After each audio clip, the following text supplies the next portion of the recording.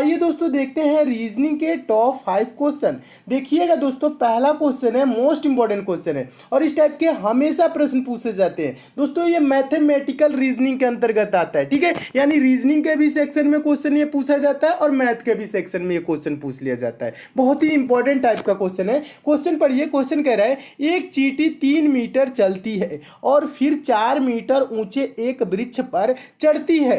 वह अपने, ठीक है, कह रहा है अपने मूल स्थान से वह कितनी दूरी पर है। इस पे दोस्तों दो टाइप के प्रश्न बनते हैं, ठीक है। पहला टाइप का और दूसरा टाइप का, ठीक है। तो पहला टाइप का कौन सा बनता है, ये वाला जो क्वेश्चन है इसको मैं सॉल्व करने की कोशिश कर रहा हूं और आप दोस्तों क्या करिएगा, समझने की कोशिश करिएगा, ठीक है। देखिए, कह रहा है एक चींटी 3 मीटर चलती है। क्या होती है दोस्तों, एक चींटी 3 मीटर चलती है। यानी मान लेंगे दोस्तों चींटी इस पॉइंट से चल रही है, कितना मीटर चली है दोस्तों, 3 मीटर चली है और फिर 4 मीटर ऊंचे वृक्ष पर चढ़ती है। ये वृक्ष मान लेंगे दोस्तों 4 मीटर का है। कितने मीटर का है, 4 मीटर ऊंचे वृक्ष पर चढ़ जाती है। और प्रश्न अब क्या पूछ रहा है, प्रश्न देखिए पूछ रहा है अपने मूल स्थान से वह कितनी दूरी पर है। मूल स्थान यानी कि ये वाला है, यहाँ पे जहां से चलना स्टार्ट की है और यहाँ पे पूछ रही है वह कितनी दूरी पर है। तो ये दूरी कहने का मतलब ज्यादातर स्टूडेंट क्या करते हैं, जोड़ लेते हैं। 3 मीटर चली इधर, 4 मीटर चली इधर, 4 3 क्या हो गया दोस्तों 7, और 7 मीटर आंसर देखते हैं, तुरंत टिक कर देते हैं और आंसर गलत हो जाता है। ये ऐसा प्रश्न ये नहीं पूछ रहा है।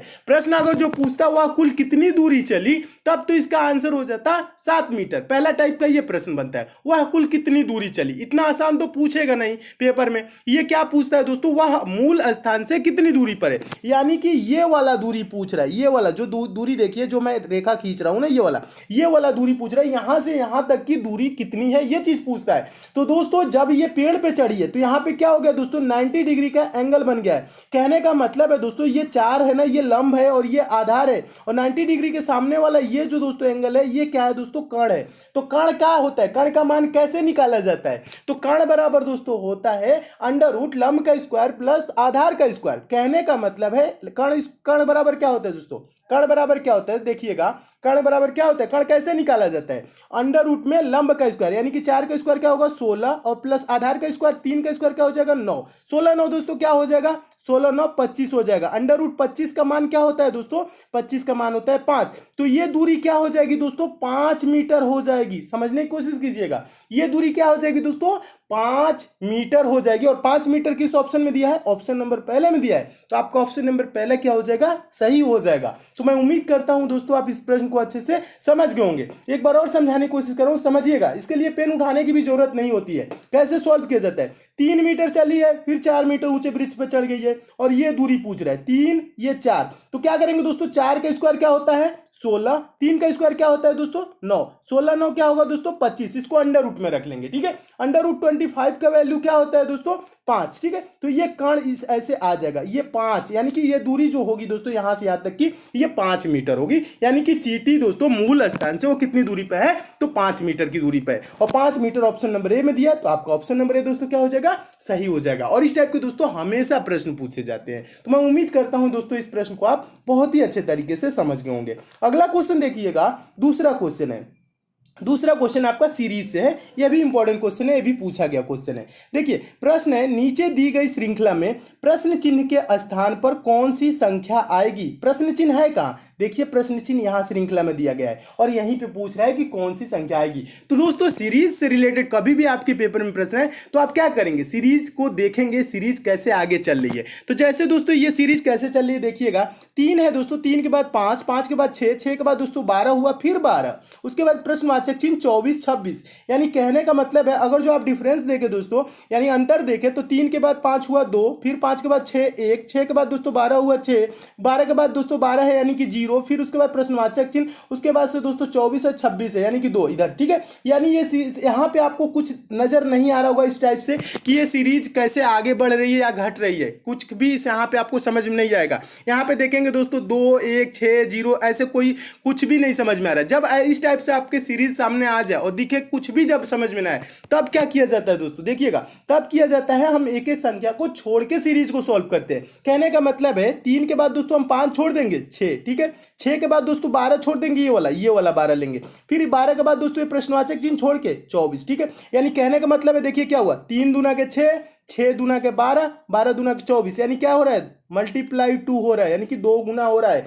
3 दूना के 6, 6 दूना के 12, 12 दूना के 24। ठीक है, अब देखिए अब क्या करेंगे, दूसरा जो बचा है बीच वाला उसे हम लेके चलेंगे। कहने का मतलब है 5 के बाद दोस्तों 12 हुआ, यानी क्या हुआ है दोस्तों, 5 के बाद 12, यानी कि यहाँ पे मल्टीप्लाई नहीं हो रहा है, जुड़ा है। कितना जुड़ा है दोस्तों, 5 में 7 जोड़ेंगे तो 12 हो जाएगा, यानी 7 जुड़ा है।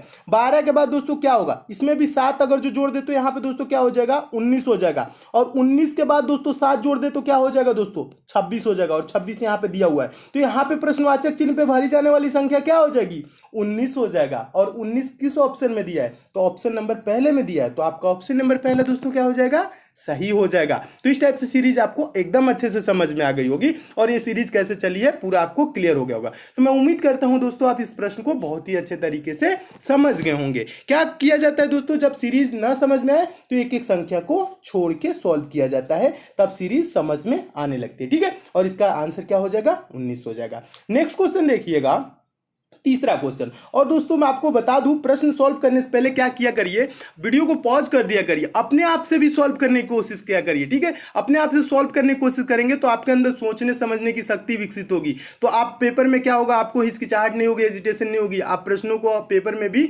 अच्छे से सॉल्व करने लगेंगे। तो अपने आप से भी सॉल्व करने की कोशिश किया करिए, बुक से भी प्रैक्टिस किया करिए। ठीक है, देखिए तीसरा क्वेश्चन बहुत ही इंपॉर्टेंट है, और आपको प्रश्न दोस्तों अच्छे लग रहे हैं तो वीडियो को अभी लाइक कर दीजिए, और ज्यादा से ज्यादा आप दोस्तों शेयर किया करिए। लाइक शेयर करते हैं तो दोस्तों हमें मोटिवेशन मिलता है कि आपको वीडियो पसंद आ रही है। और किसी टॉपिक में आप विशेष रूप से कमजोर है तो उस टॉपिक का नाम यानी चैप्टर का नाम भी कमेंट कर देंगे, तो भी चैप्टर में बहुत जल्द कंप्लीट करा दूंगा। ठीक है, देखिए तीसरा क्वेश्चन है, नीचे दी गई प्रश्न का सही वेन आरेख बताएं।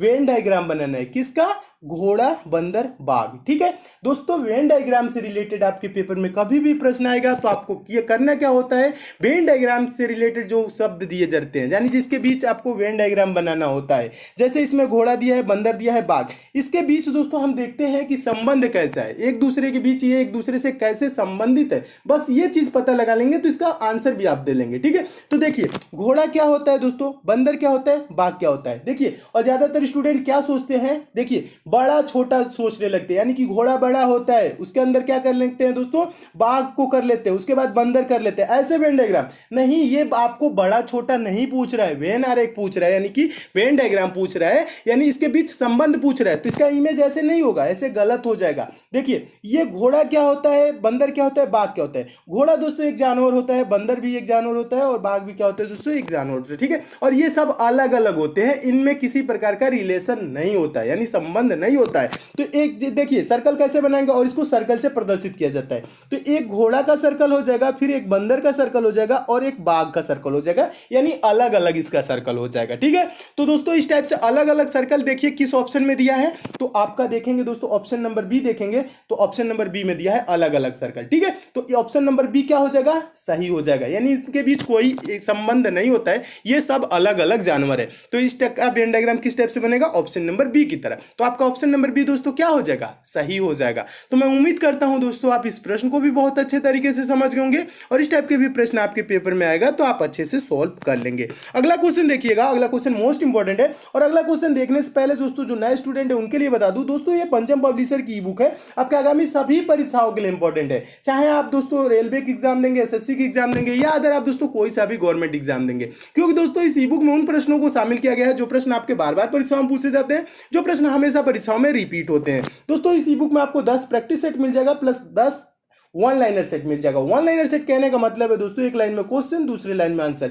इससे क्या होगा दोस्तों, आप कम समय में ज्यादा से ज्यादा क्वेश्चन को प्रिपेयर कर लेंगे। दोस्तों आपके एग्जाम में 1 से 2 दिन का भी टाइम रहेगा, तो इस ई बुक को लेकर आप जरूर पढ़ लीजिएगा, आपके एग्जाम में काफी हेल्प मिलेगी, क्योंकि दोस्तों इसमें साइंस, जनरल अवेयरनेस और करंट अफेयर के इंपॉर्टेंट प्रश्नों को शामिल किया गया है, जो प्रश्न आपके बार बार परीक्षाओं में पूछे जाते हैं। दोस्तों पंचम पब्लिशर ने इसकी कीमत 150 रुपए रखी थी, लेकिन मेरे कहना है दोस्तों ये ई बुक आपको मात्र 25 रुपए मिल जाएगी। इस ई बुक को दोस्तों आप ले कहां सकते हैं, तो इसका लिंक दोस्तों मैं नीचे डिस्क्रिप्शन बॉक्स में दे दिया हूं, उस लिंक के थ्रू इस ई बुक को आप डाउनलोड कर सकते हैं। दोस्तों ये ई बुक है, पीडीएफ नोट्स की तरह है, आपके मोबाइल में ही डाउनलोड हो जाएगी, आप मोबाइल से ही पढ़ सकेंगे, ये मार्केट में ऑफलाइन आपको नहीं मिलेगी। अगर जो दोस्तों आपको डाउनलोडिंग या पेमेंट से किसी प्रकार की समस्या होती है, दोस्तों पंचम पब्लिशर का कस्टमर केयर नंबर दिया गया है, इस नंबर पर आप कॉल करके बात भी कर सकते हैं। दोस्तों इस ई बुक को मैं खुद देखा हूं, इसमें जो प्रश्न दिए गए हैं बहुत ही इंपॉर्टेंट दिए गए हैं, जो बार बार एग्जाम में पूछे जाते हैं, इसलिए दोस्तों एग्जाम से पहले इस ई बुक को एक बार लेके आप जरूर पढ़ लीजिएगा। तो आइए दोस्तों देखते हैं अगला क्वेश्चन।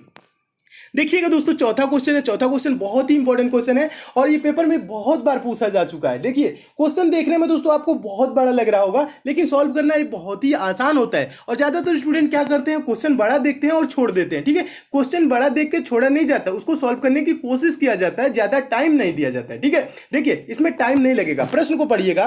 प्रश्न कह रहा है नीचे दी गई श्रृंखला में अगला संख्या क्या होगा, यानी ये